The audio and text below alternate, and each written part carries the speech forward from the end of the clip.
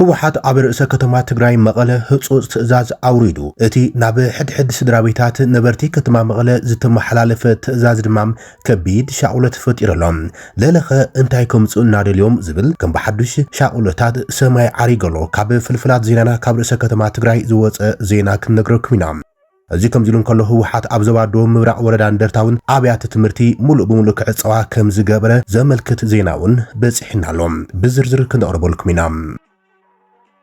ኣብ ትግራይ ኩሎም ሓይልታት ፖለቲካን ከምኡን ልሂቃትን ዘካተተም ብመንገዲ ብሄራዊ ጉባኤ ኣቢሉ ቅቡልነት ዘሎ ተኣማናይ ህዝቡ ዝእክብን ጊዜያዊ መሰጋግር መንግስቲ ንኽትከለማም ህፁፅ ፃውዒት እውን ቀሪበሎም ብኣቶ ጌታቸው ረዳን ጀነራል ጻድቃን ገብረትንሳኤን ዝተረኸበሉ ኣብ ርእሰ ከተማ ኢትዮጵያ አዲስ አበባ ዝተመስረተ ቤት ምክሪ ሰላምን ለውጥን ትግራይ ኣብ ሓፂር እዋን ብህዝቢ ዝተመረፀ መንግስቲ ትግራይ ንምቋም ዓሊሙም ዝተጣየሸ ከም ዝኾነ ብወግዒ ኣፍሊጦሎም እዚ ከምዚሉን ከሎ ፕሬዚደንት ውድብ ስምረት ኣቶ ጌታቸው ረዳም ናብ ርእሰ ከተማና መቐለ ኣብ ሓፂር እዋን ክንምለስ ኢና ምባሉ ስዒቦም ህወሓት ድማ ሓያል ዓፀፈታዊ ምላሽ ይበሎም ኣብ መንጎ ክልቲኦም ሓይልታት ተፈጢሩ ዘሎም ናይ ቃላት ኩናት ዝምልከቱን ብዝርዝር ሒዝናዮ ኣለና ክትኸታተሉና ካብ ሞት ዘምለጠ ጀነራል ሻዕብያ ዝምልከቱን ክንነግረኩም ኢና እቲ ጀነራል ካብ ፈተነ ቅትለት ኣምሊጡም ናብ ቴሌቪዥን ቀሪበሎ ብዛዕባ እዚውን ብዝርዝር ክንነግረኩም ኢና ክቡራት ተኸታተልትና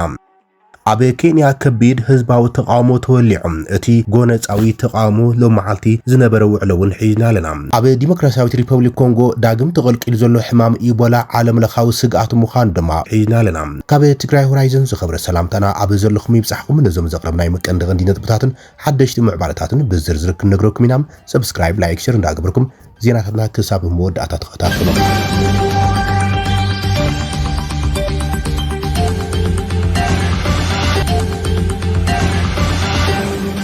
ህወሓት ኣብ ርእሰ ከተማ ትግራይ መቐለ ህፁፅ ትእዛዝ ኣውሪዱ ኣብ ትሕቲ ከቢድ ቅሉላው ቅቡልነት ወዲቑ ዘሎ ብደብረጽዮን ገብረ ሚካኤል ዝምራሕ ህወሓት ንብዙሓት ስድራቤታት መቐለ ዘጨነቐ መምርሒ ሂቡ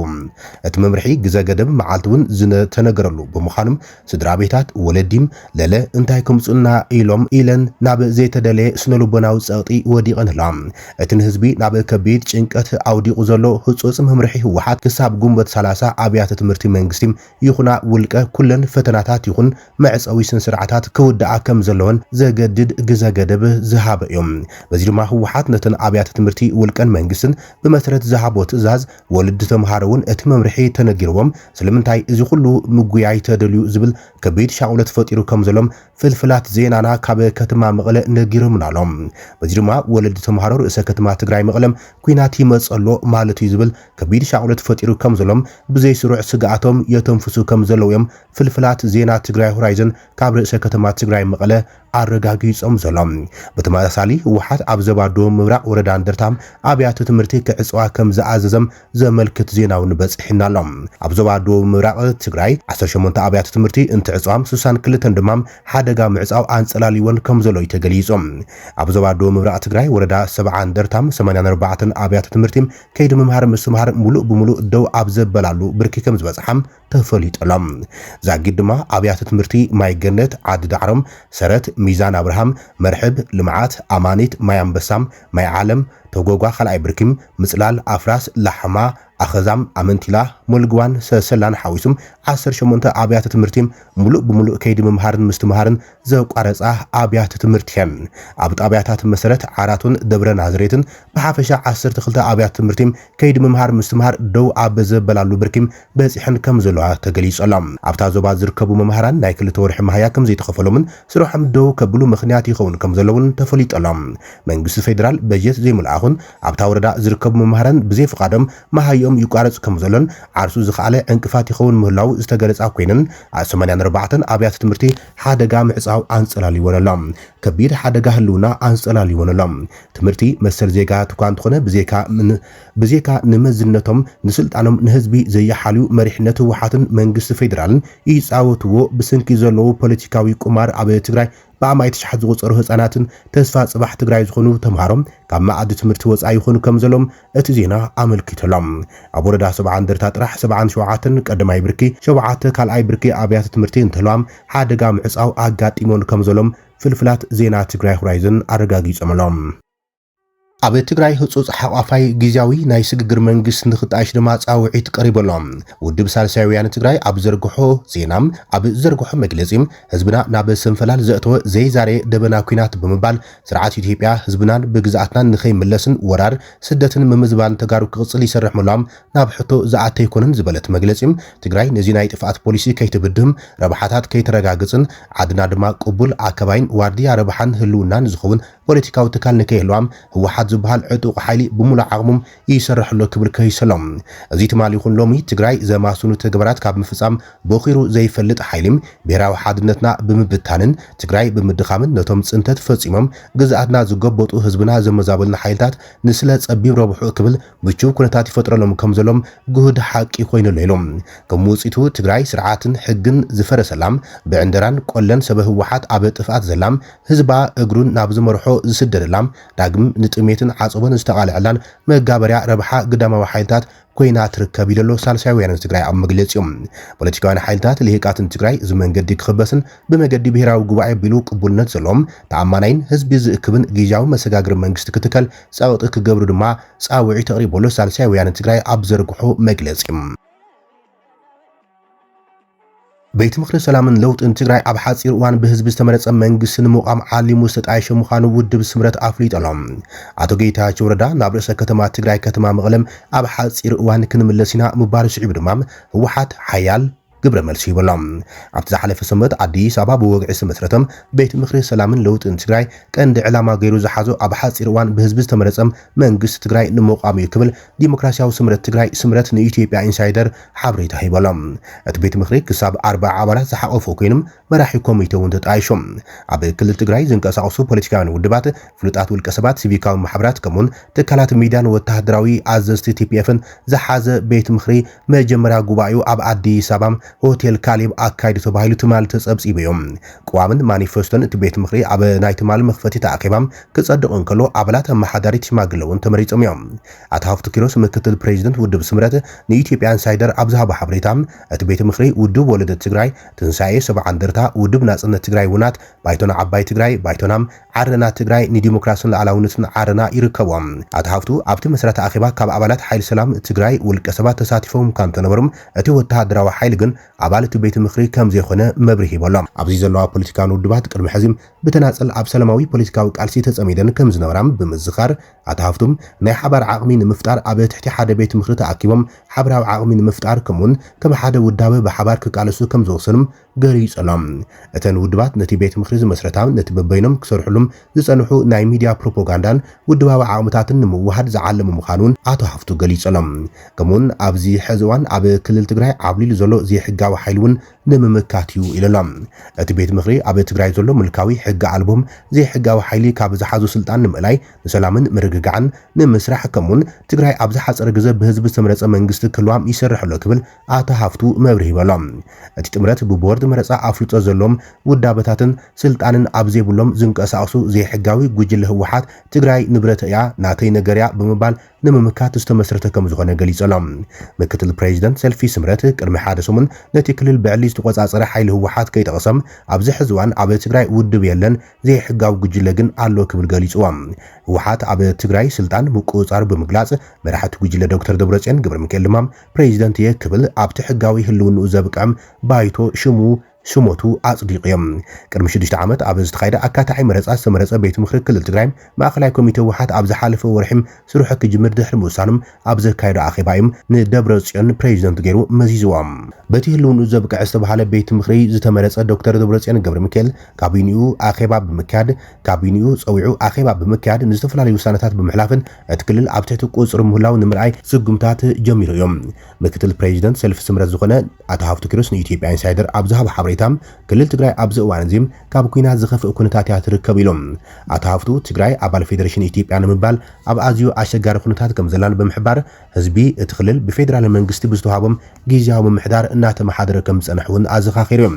ህዝቢ ትግራይ ኣብ ስምምዕነት ፕሪቶሪያ ዝተማቐሮም ተዛማዲ ሰላም ስኢኑ እዩ ዝበለ ኣቶ ሃፍቱም ኣጀንዳ ትግራይ ሒዝና ንቕድሚት ክንስጉም ኢና ዝብሉ ፖለቲካውያን ውድባት እዚ ጸገም ብሓደ ፖለቲካዊ ውዳበ ጥራሕ ክፍታሕ ኣይኽእልን ብምባል ብሓልዮቱ ተሓብራዊ ቤት ምክሪ ኣጣይሹም ምህላው ኣብሪሆሎም ፖለቲካዊ ውድባት ትግራይ ብሓልዮት እቲ ቤት ምኽሪ ሓበራዊ ማኒፌስቶ ኣዳልዮም ኣብ ናይ ትማል ኣኼባም ከም ዘጽድቕዎን ኣብሪሆሎም ካብቶም ኣብ ማኒፌስቶ እቲ ቤት ምኽሪ ዝተቐመጡ ቅድመ ኩነታት ሓደ ኣባል ኮይኑ ዝምዝገብ ፖለቲካዊ ውድብ ብቦርድ መረፃ ኣፍልጦ ዝረኸበም ሕግን ሕገ መንግስትን ትግራይ ዝኽብር ሕገ መንግስቲ ኢትዮጵያውን ዝቕበል ኣብ ረብሓ ህዝቢ ትግራይ ኣብ ዋጋ ዕዳጋ ዘየቱ ክኸውን ኣለዎ ክብል ኣታሃፍቶ ብሪሆሎም እቲ ጸደቀ ማኒፌስቶ ዘይሕጋውያን ዝበሎም ሓይልታት ዘወግድ ጥራሕ ዘይኮነስ ኣብ መጻኢ ናይ ሰላምን ምርግጋዕን ስራሕ ምክያድ እውን ዘጠቓልል እዮም ብተወሳኺ እቲ ቤት ምኽሪ ኣብ ትግራይ ኣብ ሓፂር እዋን ብፍቓድ ህዝቢ ዝተመረፀ መንግስቲ ክጣየሽ ማዕረ ፖለቲካዊ ሃዋህው ንምፍጣር ዝዓለሙ ምዃኑ ምልክቶሎም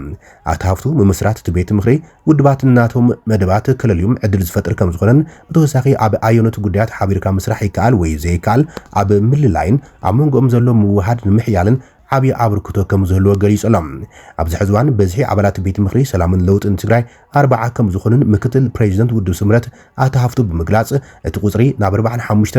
ክብል ከም ዝኽእል ሓሳብ ኣቕሪቦም ኣታሃፍቱ ብተወሳኺ እዞም ኣባላት ኣብ ትሕቲ ኣዋሃቲ ኮሚቴታት ናይቲ ቤት ምኽሪ ክሳተፉ ምዃኖም ገሊፆም ብመሰረት ኣወዳድባ ናይቲ ሓበራዊ ጥምረት እቲ ቤት ምኽሪ ኣብ ፖለቲካዊ ፋይናንሳዊ ርክብ ውድባውን ስትራቴጂካውን ጉዳያት ዝካተላም 5 ኣዋሃቲ ኮሚቴታት ክህልዎም እዮም እዘን ኣዋሃቲ ኮሚቴታት ኣብ ነፍሲ ወከፍ ክልተ ሰሙን እቲ ቀንዲ ቤት ምኽሪ ድማ ኣብ ነፍሲ ወከፍ 3 ወርሒ ክእከብ ሓሳብ እኳ እንተቕርቦም እንተኾነ ኣታሃፍቱ ኣብ ናይ ትማል ኣኼባም ነዚ ኣሰራርሓን ምትዕራይ ኣብ ስምምዕነት ከም ዝበፅሑ ገሊፆም ምክትል ፕሬዚደንት ሰልፊ ስምረትን ንኢትዮጵያ ኢንሳይደር ኣብ ዝሃቦ ናይ መወዳእታ ቃሎም ፀገምና ን3 ወርሒ ዝጸንሕ ኣይኮነን ሕዚ ኣዝዩ ህፁ ፀገም እዩ ዘለና ትግራይ ተኣኪባ ክትመኻኸር ንቃልሺ ዝኸውን ኣንፈታት ኣቐሚጣ ሓይሊ ክትእክብ ኣለዋ ኣብ ዝብል ስምምዕነት በፂሕና ኣለና ክብል እዩ ኣብሪሁ ዘሎም እዚ ከምዚ ኢሉ እንከሎ ህወሓት እውን ሓያል ግብረ መልሲ ይብሎም ኣቶ ጌታቸው ረዳ ኣብ ተሓዱሽ ዝተጣየሸ ቤት ምኽሪም ለውጢ ትግራይ ዝስምዖ መድረኽ ኣብ ፖለቲካ ትግራይ ዳግም ዓብዪ ኣዘራራቢ ኣርእስቲ ኮይኖም ተመፅዮሎም ኣቶ ጌታቸው ኣብ ዝስምዖ መደረም ናብ መቐለ ኣብ ሓፂር ግዜ ክንምለስ ኢና ክብል እዩ ኣንዳዓዲዑ ገሊፆም ብፍላይ ድማ ድሕሪ ሓፂር ግዜ ናብ መቐለ ከም ንኣቶም ኣብ እሙረይ ዋላ ሓደ ጥርጣረ የብለይን ብምባል እቲ ሓይሊ ንርእሰ ከተማ ትግራይ መቐለም ዳግም ንምቁፅፃር ብዓብዪ ቆራፅነት ይሰርሕ ከም ዘሎ ኣውጆም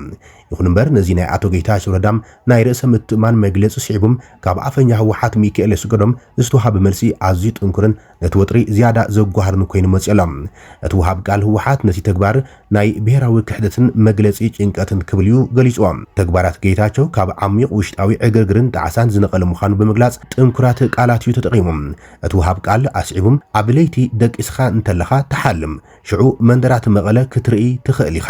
ሽዑ እንደገና ጠሊምካን ክሒድካን ናብ ኣዲስ ኣበባ ምኻድካን ክትሓስብ ወይ ድማ ትዝክብለካ እዩ ሽዑ ሕልናኻ ክኽሰካሞም ክትዓብድ ኢኻ ብምባል ንስነልቦና ኣቶ ጌታቸው ረዳ ኣባጪሎም ጽባሕ ፀጽባሕ ክመጽእ ኢልኩም ክትምኩሕን ክትእውጅን ኢኹም እዚ ኣይሰርሕን እዩ ከቢድ እዩ ብምባል ናብ ካልእ ዕብዳን ሰጊሮም ክሕግዞም እውን በርቅን ነጎዳን ክልሙኑ ጀሚሮም ኣለዉ ክብል እዮም ነቶም ካብ ትግራይ ወፂኦም ኣብ ዝተፈላለዩ ስፍራታት ኮይኖም ህወሓት ንምውጋድ ቆሪፆም ከም ዝተለዓልን ተረጊፆም ዝዛረቡ ዘለዉ በዓል ኣቶ ጌታቸው ረዳ ዝርከቦም ሓይልታት ትግራይ ኣንጻሮም ሓያል ናይ ስነ ኣእምሮ ኩናት ኣባሪዑ ዘሎ ህወሓት ነዚ ኩነታት እዚ መግለፂ ናይ ዝተረበሸ ህይወት ዝጠፍአ መንነት ኣብ ሓደጋ ዝወደቐም ህላዊ ምዃኑ ይገሊፅዎ ሚካኤል ኣብ መወዳእታ ውሃብ ቃል ህወሓት ዝኾነ ኣቶ ሚካኤል ስገዶም ናብ መቐለ ምእታው ብይቕሬታን ፍቓድ መንግስቲ ትግራይን ጥራሕ ከም ዝከኣል ብብድዕም ህወሓት መንግስቲ ትግራይ ምዃኑ ብምምልኻት ከም ዝበለ ድፍረት ዘለዎ ኣካይዳም ንመቐለ ስግኣት ጥራይ ዘይኮነም ኣብ ኣዲስ ኣበባ ህላዊ ውሕስነት ዘይህብ ምልክት ጭንቀት እውን እዮም ክብል እዩ መልእኽቲ ደምዲሞም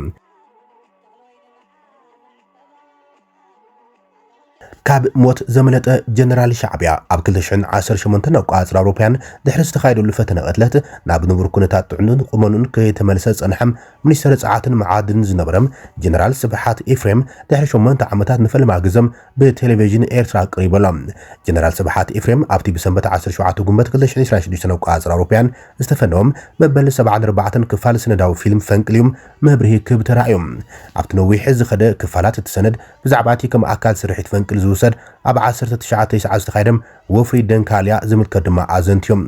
ኣብቲ እዋን ስብሓት ሓላፊ ወተሃደራዊ ስታፍ ህዝባዊ ግንባር ምንባር ዝፍለጥ ኮይኖም ኣብ መእተዊ ናይቲ ፊልም ንኣገዳስነት ናይቲ ወፍሪ ኣመልኪቶም ካብ ናይ ቅድሚ ሕዚ ምስ ሙሉእ ጥዕኑ ኣብ ዝነበረሎም ዝተወሰደ ዝሃቦ ትንተናም ስትራቴጂካዊ ኣገዳስነት ወፍሪ ደንካልያም ክገልጽ ይረአ ኣብ ዝሓለፉ ክፋላት እቲ ሰነዳዊ ፊልም እውን ምስ ካልኦት ኣብቲ እዋን ኣዘዝቲ ሰራዊት ዝነበሩን ብዛዕባ እቲ ስርሒት ቅድሚ ምውቅዖም ዝሃቦ መግለፂታት ክረአ ጸኒሑ እዮም ንህልው ኩነታት ጥዕኑ ይኹን ሓፈሻዊ ሓፈሻዊ ቁመኑ ዝፍለጥ ወጋዊ ሓበሬታ እኳ እንተዘየለም ንቅድምን ድሕሩን መሃረምቱም ዝነበረ ምስሊ ብምንጻር ግን ህልው ኩነታቱ ክርአይ ይከኣል እዩ ኣብቲ ናይ መበል 74 ክፋል ቪድዮ ዝቀረበም መግለጺኡ መዓስ ከም ዝተቀድሐ እኳ እንተዘይተፈልጠም ነቲ ቅድሚ 36 ዓመት ዝተገብረ ስርሒት ብዝርዝራት ክዝክሮን ክገልጾን ይረአ የማነይቲ ኢዱ ግን ክትንቀሳቀስ ኣይተረኣየትን እያ ኣብ ኣዘራርቡ እውን ምስቲ ናይ ቅድሚ ሕዚ ብምንጻር ቁሩብ ዝጎደለ እዩ ዝመስል ይብል ቢቢሲ እቲ ሚኒስትር ጸዓትን መዓድን ዝነበረ ጀነራል ኣብ ታሕሳስ 2018 መንነቶም ዘይተገልጹ ሰባት ኣብ መንበር ቤቱም ከቢድ መጥቃዕቲ ከም ዝወረዶ ብዝተፈላለዩ ምንጭታት ተሰሚዑ ምንባሩ ይዝከር እዩ ጀነራል ስብሓት ኤፍሬም ኣመና ከም ዝተሃሰን ንሕክምና ናብ ወፃኢ ሃገር ከም ዝተሰደደን እኳም ብኣጋ እንተተሰማዕም መንግስቲ ኤርትራ ግን ወግዓዊ መግለጺ ይሃቡሉን እዮም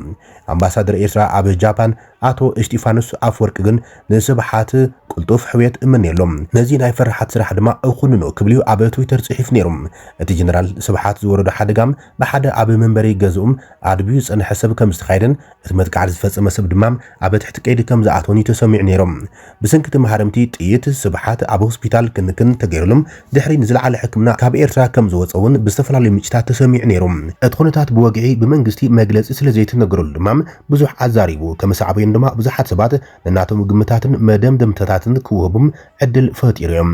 ኣብቲ እዋን ብዛዕባ ኩነታቱ ዝገልጽ ሓበሬታም ካብቲ ናይ ነዊሕ እዋን ግዜ ቃልሲ መሳርሒ ዝነበረ ኣምባሳደር እስጢፋኖስ ካብ ጃፓን ጥራሕ ነይሮም ድሕሪ ናይ 18 ኣዋርሕ ሕክምና እውን እቲ ኣምባሳደር ጀነራል ስብሓት ኤፍሬም ኣብ ወጻኢ ድሕሪ ዝተገብረሉ ዕውት ሕክምናም ሓዊዩ ምስ ስድራቤቱም ናብ ኣስመራ ምምላሱ ደስ ይብለኒ ክብል ኣብ ነሓሰ 2019 ኣብ ትዊተር ጽሒፍ ነይሮም እቲ ኣምባሳደር በአካል ኣብ ሕክምና ከም ዝበጽሕ እኳ እንተነገረም ኣበይ ዓዲ ከም ዝተሓከመ ግን ኣይጠቐሰን እንተኾነ ሕክምንኡ ኣብ ሕብራት ኢማራት ዓረብ ምንባሩ ተሰሚዖም ጀነራል ስብሓት ኣብዚ ናይ ሕዚ ምልሶቱም ናብ ቲቪ እረውን ብዛዕባ እቲ ከም ላዕለዋይ ወተሃደራዊ ኣዛዚ ዝመርሖ ዝነበረም ኣብ ድሮ ናጽነት ኤርትራ ዝተኻየደም ፍሉይ ወፍሪ እንተዘይ ኮይኖም ካልእ ብዛዕባ ውልቃዊ ኩነታቱ ዝተዛረበ የለን ሕዚ ዘለውሉ ኩነታት ሕዚ ኣብ ንጡፍ ስራሕ ኣሎ ድዩ የለን እውን ብወግዒ ዝፍለጥ የለን ብዛዕባ እቲ ዝመርሖ ዝነበረም መዝነት ሚኒስትር ጸዓትን መዓድን እውን ብወግዒ ዝፍለጥ ነገር የለን ስብሓት ኤፍሬም ኣብ 1972 ናብ ህዝባዊ ግንባር ዝተሰለፈም ሓደ ካብ ላዕለዎት መራሕቲ ህዝባዊ ግንባር ሓርነት ኤርትራ ኮይኖም ኣባል ፖለቲካዊ ቤት ጽሕፈት ዝነበረ እዮም ኣብ መጀመርታ ዓመታት ናጽነት ኤርትራ ከም ኣመሓዳሪ ከተማ ኣስመራን ሚኒስትር ጥዕናን ኮይኑ እውን ሰሪሑ ነይሮም በዓል 4 ኮኸብ ጀነራል ስብሓት ኤፍሬም ካብ 1995 ክሳብ 2017 ሚኒስትር ምክልኻል ኮይኑ እውን ሰሪሖም ድሕሪ እዚ ክሳብ እዋን መውቃዕቱ ድማ ሚኒስትር ጸዓትን መዓድን ኮይኖም ኣገልግሉ ይብል ጸብጻብ ቢቢሲ ኣብ ዲሞክራሲያዊት ሪፐብሊክ ኮንጎ ዳግም ተቐልቂሉ ዘሎ ሕማም ኢቦላ ዓለምለኻዊ ስግኣት ፈጢሩሎም ዛጊድ ብውሕዱ 100 ሰባት ኣብ እቲ ሕማም ሞይቶም ከም ዘሎም ሰብ መዚ ጥዕና ኣፍሪቃ ሓቢሮም ማእከል ምቁፅጻርን ምክልኻልን ሕማማት ኣፍሪቃ ከም ዝበሎም 395 ሰባት በቲ ቀታሊ ቫይረስ ተለኺፎም ክኾኑ ከም ዝኽእሉ እዩ ተጠርጢሩ ዘሎ እቲ መልከፍቲ ኣብ ኮንጎ ኣጋጢሙ ዘሎ እኳ እንትኾነም ናብ ጎረባብቲ ሃገራት ከይስፋሕፋሕ ድማ ስግኣት ፈጢሩሎም ኣብ ዩጋንዳ ድሮ 2 ሰባት በቲ ሕማም ተታሒዞም ከም ዘሎም ሓላፊ ናይ ትካል ጅን ከሳዬ ኣፍሊጦም ዘመዝ ጥዕና ኮንጎ በጎኖም ኣብ ታሪክ ከተማ ምብራቃዊት ዞባ ኢቱሪ ዝኾነት ቡንያም ንሕማማት ንምክልኻል ንሕሙማት ንምክንኻን ዘገልግል ተወሰኽቲ ማዕከላት ተኸፊቶም ኣሎም ንፈለማዋን ኣብ 1976 ኣብ ዛይር ናይ ሕዚ ዲሞክራሲያዊት ሪፐብሊክ ኮንጎም ዝተቐልቀለ ኢቦላም ካብ መንካዕ ዝተበገሰ ምዃኑ ይዘመን ሕማም ኢቦላ ቫይረስ ቡንዲ ቡጊየ ዝስዕብ ኮይኖም ዛጊድ ፈውሲ ይኹን ክታበት ኣይተረኸበሉን ኣብዛ መበል 17 ክስተት ናይ ሕማም ኣጋጢማ ዘሎ ሃገር ካብ 2018 ክሳብ 2020 ዝነበረውን ዝበዝሑም 2300 ግዳያት ዝቐዘፈሉ ነይሮም ኣብ ዝሓለፈ 50 ዓመታት ኣብ ሃገራት ኣፍሪቃ ጥራይም ኣስታት 15000 ሰባት በቲ ሕማም ሞይቶምሎም ዳይሬክተር ውድብ ጥዕና ዓለም ዶክተር ቴድሮስ ኣድሓኖም ብዛዕባ ኩነታት ኢቦላን እቲ ካልእ ስግኣት ፈጢሩ ዘሎም ሓንታ ቫይረስን ብዝምልከት ጋዜጣዊ መብርሂ ክህብዮም ተጽቢት ዘሎም ኣብ መላእ ኬንያ ክካየድ ዝወዓለ ተቃውሞታት ንንግዳዊ ምንቅስቃስ ሃገር ኣልሚስዎ ውዒሉ ተባሂሎም እቲ ብቐንዱ ብወነንቲ ህዝባዊ መጓዓዝያ ዝተወደበም ኣድማም ብኣሽሓ ዝቑፀሩ ሰራሕተኛታትን ተምሃሮን ዝርከቦም ሰባት ዓዲ ውዒል ክኾኑም ኣገዲዱ ይርከብ ተባሂሎም ኣብ ርእሰ ከተማ ናይሮቢ ንዓበኛታት ጎደናታት ክዓፅውን ጎማታት ከቃፅሉን ተራእዮም እቲ ተቃውሞታት ብስንኪ ኣብ ዝቐረበ እዋን ዝተወሰነም ወስኽ ዋጋ ነዳዲ ዝተበገሰ እዩ ዘመዝቲ ሃገር ኣብ ታሪክ እቲ ሃገር ንፈለማ እዋን ዋጋ ነዳዲ ብ20% ወሲኹመሎም እቲ ንመላእ ዓለም ቅልውላው ኣስዒብ ዘሎ ምዕጻብ መጻብ ሆርሙዝ ንኬንያ እውን ግዳይ ገይርዋ ከም ዘሎ ጸብጻብ ቢቢሲ ኣመልኪቱ ዘሎም ክብራትን ፍትዋትን ተኸታተልቲ ዜናታትና ንይስዓ ዝብል ናይ መሓደሽቲ ምዕባለታትን እዋናዊ ዜናታትን ዛዚምና ንምክትታልኩም ነመስግን ሰላም